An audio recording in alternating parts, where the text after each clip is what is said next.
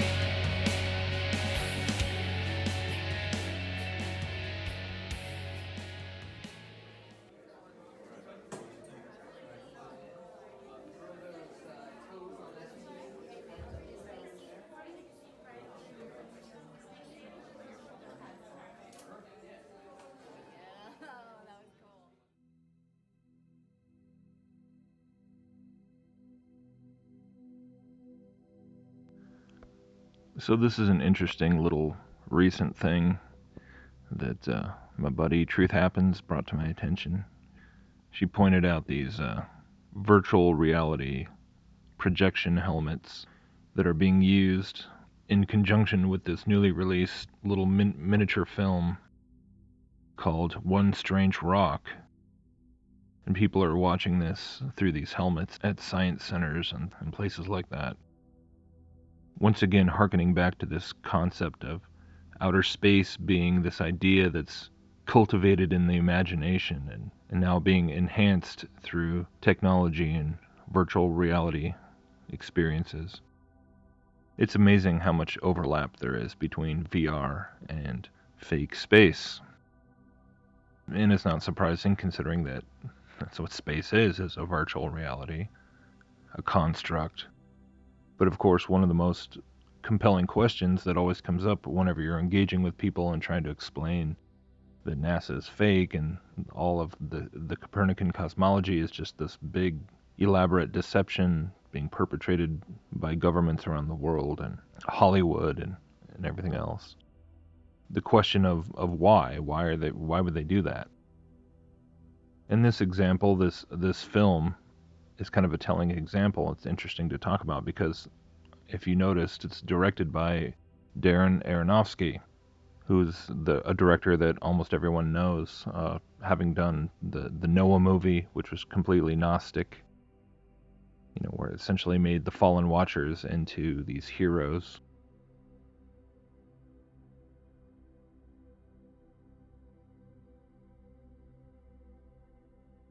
In early films like Pi, which I remember thinking was really cool back in the 90s when I didn't really understand so many of these things, but yeah, that movie's crazy how it gets into, trying to decode all of reality, and it actually gets into Kabbalah and lots of crazy stuff, lots of esoteric stuff in that movie.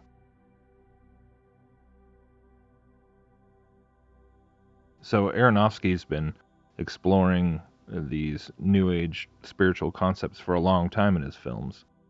And in terms of his own spirituality, he's come out and said that basically it's encapsulated in the movie that he made called The Fountain.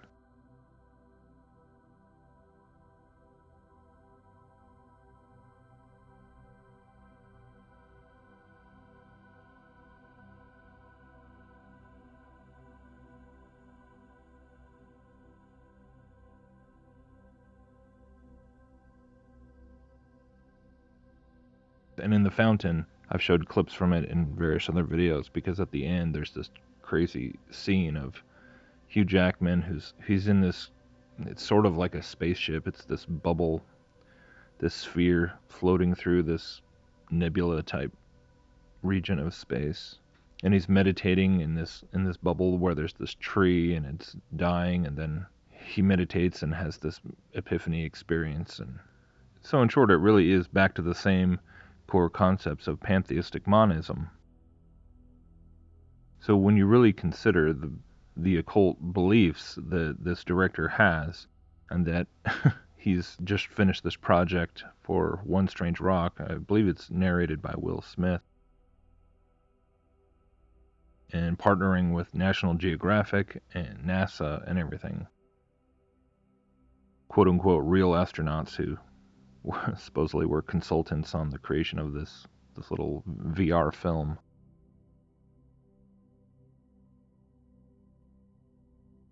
It really helps bring it back into focus as to, why is somebody who's into this kind of New Age spirituality involved in a project like this? How does space and the belief in this massive cosmos and evolution and the Big Bang and all that, how does that tie into pantheistic monism, which is the core of New Age spirituality? It actually ties in so much more than a lot of people want to realize at first glance.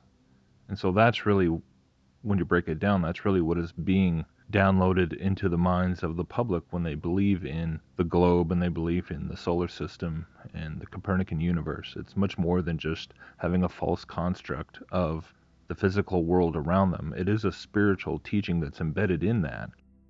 And even guys like Neil deGrasse Tyson, when he likes to wax poetic about what it means to have a cosmic perspective, I mean, you hear the same pantheistic message coming through.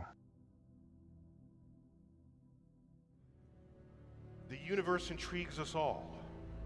There may be some genetically encoded force that we illuminate, that we bring forward when we look up at night and wonder, where did we come from? Where are we now? Where are we headed in the future? And the cosmic perspective is one where all of Earth is one. Because though this be 20 inches across, with political boundaries identified, when actually viewed from space, it's just ocean, land, and atmosphere. From space, we are not compelled to divide ourselves because we occupy this lone, frail spaceship Earth. And when you are not compelled to divide yourself, there's the urge to say, we're in this together. We're in this so much together that, you think of family, and you say, that's my family, but you're not in my family. Excuse me. The boundary between what is in family and what is not is completely culturally determined. It's cultural. Because any two of us in this room, if you go far enough back the tree of life, have a common ancestor. So we could draw it that far back and say we are family. You can keep going back and find the common ancestor with the rest of the apes, with dogs, with an oak tree. We have DNA in common. And there's so many people who want to say we are special because we're different. But I have a different, I say we are special because we are the same. We are part of this world where we have DNA in common with yeast, with oak trees, with the insects that scurry under bush. This is the commonality of life on Earth. And then you learn about molecules and atoms. We have the same atoms that are in stars. So now you look up, we are common with the universe as well. So for me, the cosmic perspective, which I know if people had, you would never be leading armies into battle. Do you know how ridiculous it looks to the person with the cosmic perspective that one general says to the other, I'm going to conquer that land across this line. You're going to do what? What? On this speck you call Earth? You're going to you want to kill people for what? For oil, for energy, for real? We got to look what the cosmic perspective reorders what is important in this world. And it does it in, I think, the noblest of ways, by recognizing not what makes us all different, but what makes us all common. Together, alone, with the fate of our planet and our civilization in our hands.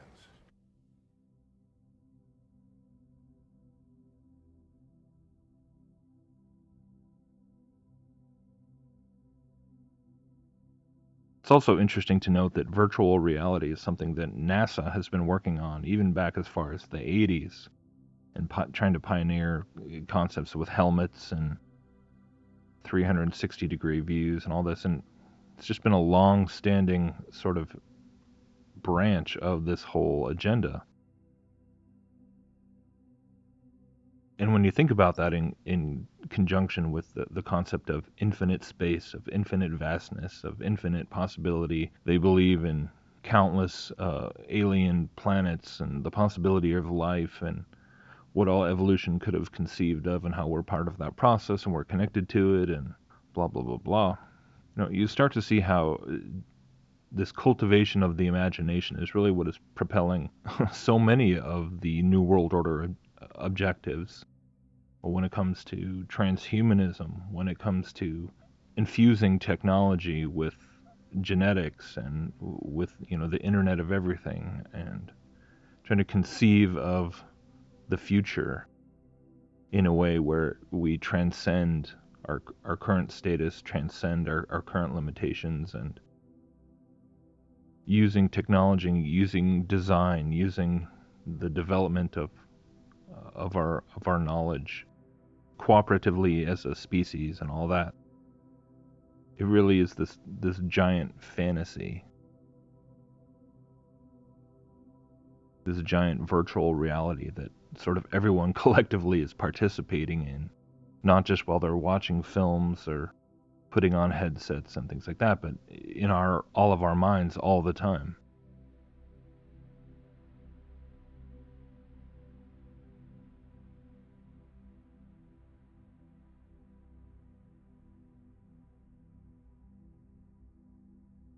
And there is a reason for it, and it is a spiritual reason.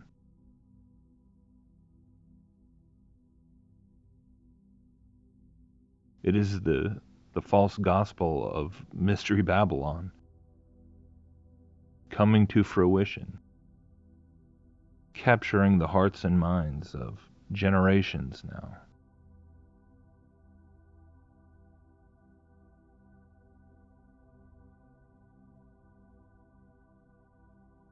Compelling them to believe not just that they are insignificant, but that they are significant because we are evolving and we're participating in our own evolution. And that eventually we can solve all these political problems, solve all these environmental problems, solve even the problem of death itself, and achieve our own immortality. I mean, that's all embedded in it. It is all inseparable from this paradigm.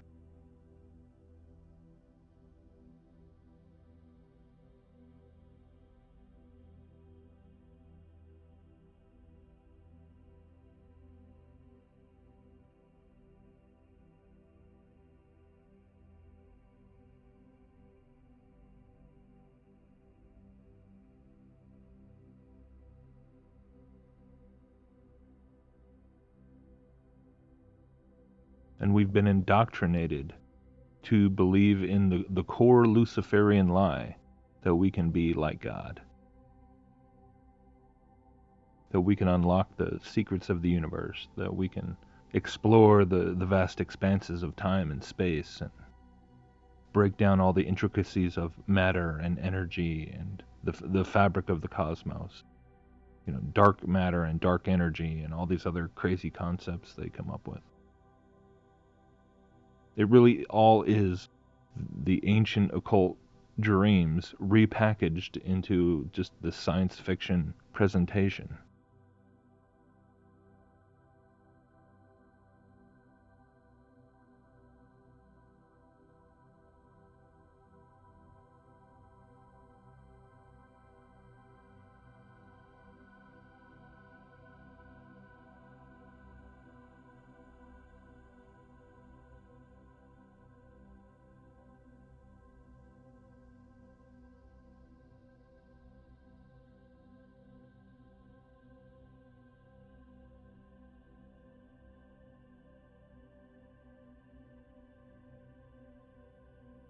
We talk about, breaking the programming, breaking the matrix, pulling out of all the globe propaganda and the brainwashing. But if people don't understand the spiritual message behind this belief in space, in the Big Bang and evolution, then it makes sense that we even see people coming to realize that the Earth has no curvature and that space is definitely not this endless physical expanse full of supernovas and black holes and all that, but yet they still want to cling to the underlying spiritual teachings of transcendence and self-improvement, self-directed evolution and all these things.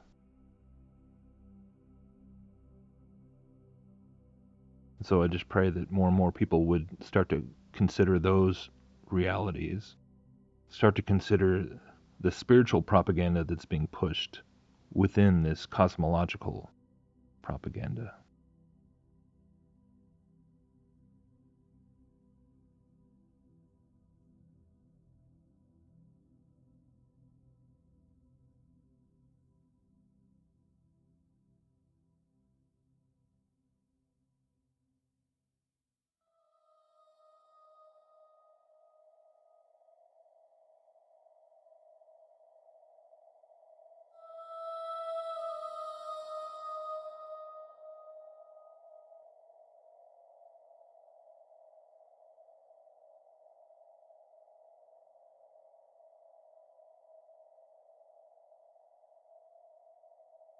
The single most effective method of brainwashing is simple repetition.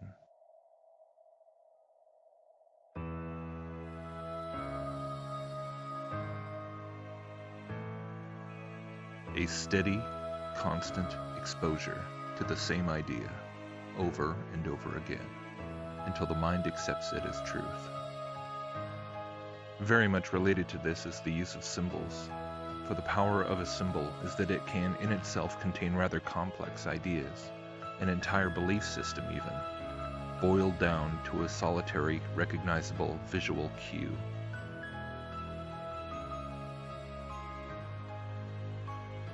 Every time that visual cue is seen, it subtly reinforces whatever inherent concepts have been ascribed to it in the mind of the viewer.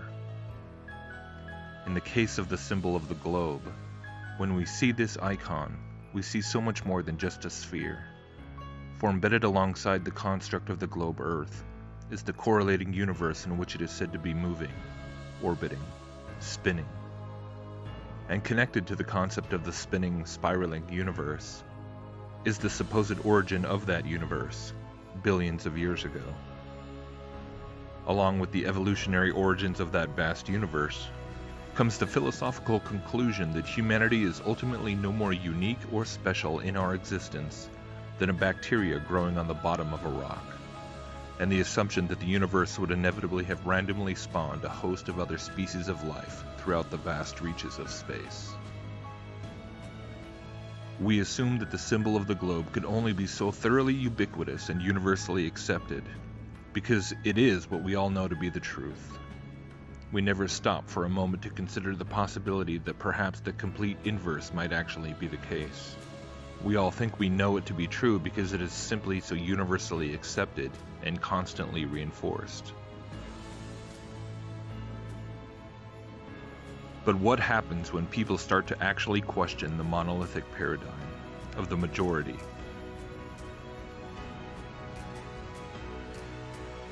What happens when an individual attempts to stop and ask themselves just how many times they've really seen a true, genuine, undeniable photograph of the globe, and how many times they've merely seen pictures, logos, animations, renderings?